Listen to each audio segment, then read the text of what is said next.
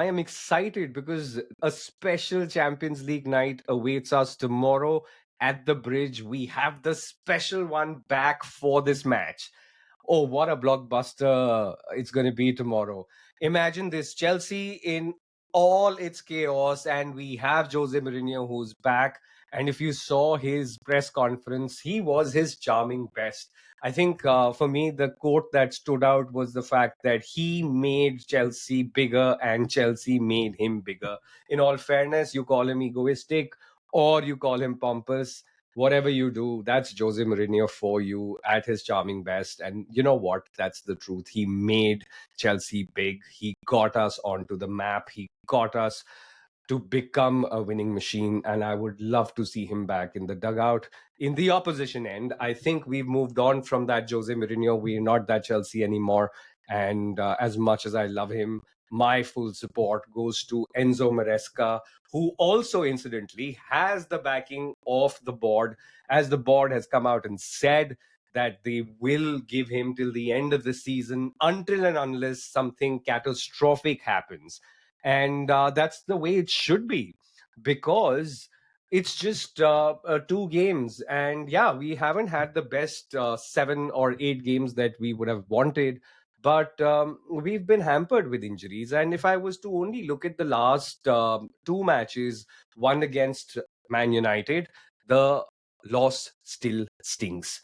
I mean, we lost to the worst Man United side ever.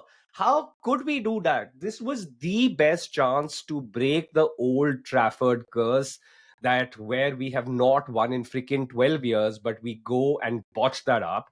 That said, why did we lose that match? It was all on Sanchez. Why the hell did he foul? He could have let those guys score and we still would have outscored them. But you know what? In the hindsight, everything is possible and everything can be done right. But the fact of the matter remains that it was Sanchez who lost us that match. And equally, I will respond and say that Enzo Maresca was also at fault because he went too defensive. After that, the Brighton changes were uninspiring. We should not have lost that match having been 1-0 up the whole half.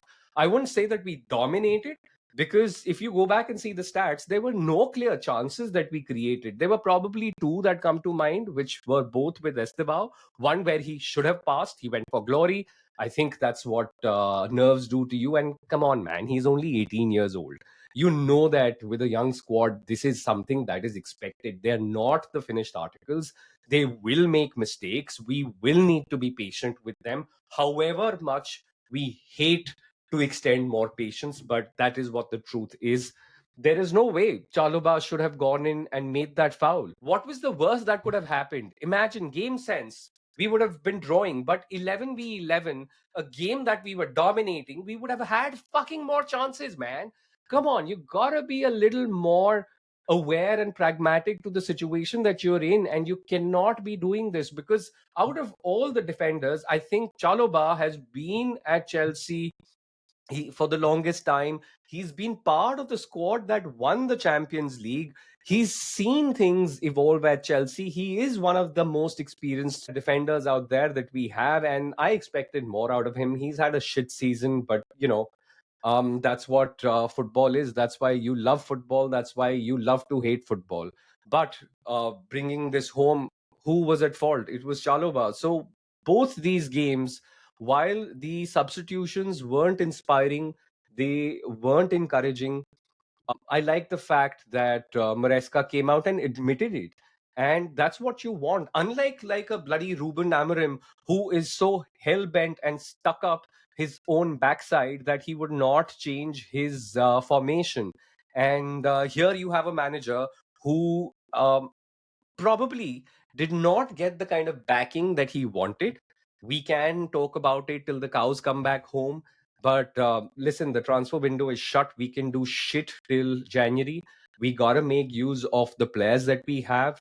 Whether you like it or not, you need to be involving Garnacho. You need to be giving Gittins more chances, even if it is bringing them in for a smaller duration. But you cannot just not bring them on. We've spent a freaking $90 million, sorry, 90 million pounds on these two wingers, and we are still not giving them chances. Are they not ready? Then it is entirely up to the manager and the coaching staff.